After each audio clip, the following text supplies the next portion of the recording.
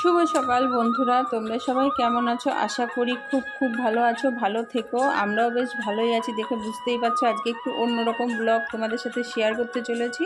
তো আমি রিঙ্কু, আমার আরও একটা নতুন ব্লগে তোমাদের অনেক অনেক স্বাগত। নতুন বন্ধুদের অনেক অনেক ওয়েলকাম, আর যারা পুরনো বন্ধু আমাকে সাপোর্ট করছো তাদের আমার তরফ থেকে প্রচুর ভালোবাসা। তো চলো ব্লগটা শুরু করা যাক। আমাদের বাড়িতে লোকনাথ পুজো 19শে জ্যৈষ্ঠ, সবাই তো জানো জ্যৈষ্ঠ মাসের 19 তারিখে লোকনাথ বাবার পুজো হয় আর কি। তো সেটাই আজকে আমাদের মন্দিরে পুজো হচ্ছে। দেখো পুজো প্রায় অনেকটাই হয়ে গেছে, আমাদের কিন্তু অঞ্জলি দেওয়া কমপ্লিট। সকাল থেকে না ঘরে আত্মীয় স্বজন আসলে যা হয় রান্না বান্না, তাদেরকে খাবার দেয়া সব কিছু করতে করতে এইদিকের সকাল থেকে আর কি ভিডিওটা তোমাদের সাথে শেয়ার করাই হয়নি। তারপরে যতদূর পেরেছি আমি একটু করেছি, আমি যখন ব্যস্ত ছিলাম আমার বড় ছেলে একটু করেছে। তো এরমভাবেই ছোট ছোট করে কিছু কিছু নিয়ে তোমাদের সাথে শেয়ার করছি। তোমরা পুরো ব্লগটা দেখো, আশা করি তোমাদের ভালো লাগবে। তো এটা হচ্ছে বাড়ির ভেতরের মন্দিরটা, দেখো ঠাকুরগুলো কত সুন্দর। আর বাবার যে মালাগুলো পরানো হয়েছে না, সব আমার ননদ করেছে, তারপরে আমার যা সবাই করেছে। আর আমি টাইম পাইনি, তাই ওখানে আর হাতটা লাগাতে পারিনি। আর আমাদের বাড়িতে গোলাপ গাছ আছে অনেক কটা, তা সেই সব গাছে মনে হয় নাই নাই করে 30খানা গোলাপ ফুল ফুটেছে। হয়তো বাবাই দিয়েছে, এই টাইমে ফুল কোনো সময় থাকে না, কিন্তু এই টাইমটাতে না প্রচুর ফুল। তারপরে তো দেখলে এই যে নিচটা বেশি এইগুলো পাতা হয়েছে। এখানে এবার হবে কীর্তন, কারণ ভোগ আরতি কীর্তন সব কিছুই হয় আমাদের বাড়িতে পুজোর দিনও।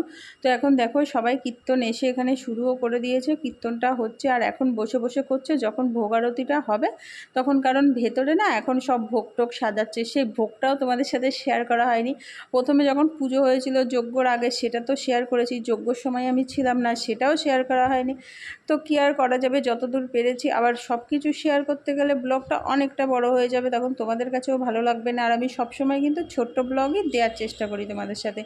তো যাই হোক, ওইদিকে তো কীর্তন হচ্ছে, আর এই ভিডিওটা কিন্তু আমার বড় ছেলে করেছিল। তারপরে এখানে হচ্ছে রান্না, আজকে প্রায় 500 লোকের আয়োজন। আর বাবার প্রসাদ মানেই জানোই খিচুড়ি, পাঁচ তরকারি, মানে একটা ঘ্যাট মতো সব ধরনের সবজি থাকবে তার মধ্যে। আর এই দেখো এখানে কিছু কিছু খিচুড়ি হয়ে গেছে, 500 জন লোক, বুঝতেই পারছো তার মানে কত খিচুড়ি লাগবে। আর আমাদের বাড়িতে না সব সময় প্রত্যেক বছর বাবার পুজোর সময় খিচুড়ি সবজি এতটা টেস্ট হয় কি বলবো, সবাই প্রশংসা করে, সবাই প্রশংসা করে। কাউকে যদি একজনকে নেমন্তন্ন বাদ দিই, সে বলবে কি ব্যাপার আমাদের বললে না, আর কি এরকম আর কি। প্রসাদটা না কেউ মিস করতে চায় না। আর এই দেখো এখানে খিচুড়ি কিন্তু অনেক গামলা রেডি হয়ে গেছে। তারপরে এবার সবাই লোকজন চলেও আসবে, আবার ওইদিকে ভোগ আরতি হবে। ভোগ আরতির ভিডিও তোমাদের সাথে শেয়ার করা হয়নি। কিছু কিছু ফল তো দিয়েছে, আর এখানে কিছু কিছু ফল এখানে আমানি করা হচ্ছে, কারণ সবার পাতে পাতেই তো ফল দিতে হবে না খাবার দেওয়ার আগে। আর সব ফল তো ঠাকুরের সামনে দেয়া যায় না, এত কিছু কিছু দেয় আর বাকিটা আলাদা করে আমানি করে নেয়, সেটা আর কি পরে সবাইকে দেয়। আর এখানে আমার ছেলে ভিডিও করছিল দেখে সবাই হাসাহাসি করছিল, কি বলছিল সেটা আমি কেটে দিয়েছি, সেটা আর তোমাদেরকে শোনালাম না। তো যাই হোক, এখন প্রায় 2:30 মতো বেজে গেছে, ভোগ আরতি শেষ হতে অনেকটাই টাইম হয়ে গেছিলো। আর এখানে দেখো লোকজনের ঠেলা দিয়েছে একদম। আর অন্যান্য বার না লাইটিং হয় রাস্তায়, অনেক কিছুই করে, কিন্তু সবসময় কিন্তু সবার তো সমান হয় না, তাই এবার একটু অন্যরকম হলো। কিন্তু লোকজন কিন্তু একই রকম, কোনো বার 700 800।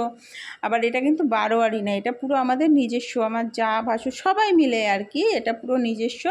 আর এই যে সবাই খাবার দেয়া জল দেয়া, আমার 2 ছেলে সবাই, আমার ভাসুরের ছেলে সবাই এখানে জল দেয়া খাবার দেওয়ায় ব্যস্ত। আমিও একটু একটু দিয়েছিলাম, কারণ বাড়ির কাজ করতেই তো হবে। যখন ওরা খেতে বসেছিল তখন আমি আর কি ওদের কাজটা করে দিচ্ছিলাম। তারপরে খেয়ে দিয়ে তো ঘরে চলে গেল, আস্তে আস্তে তো লোকও কমে যাচ্ছে।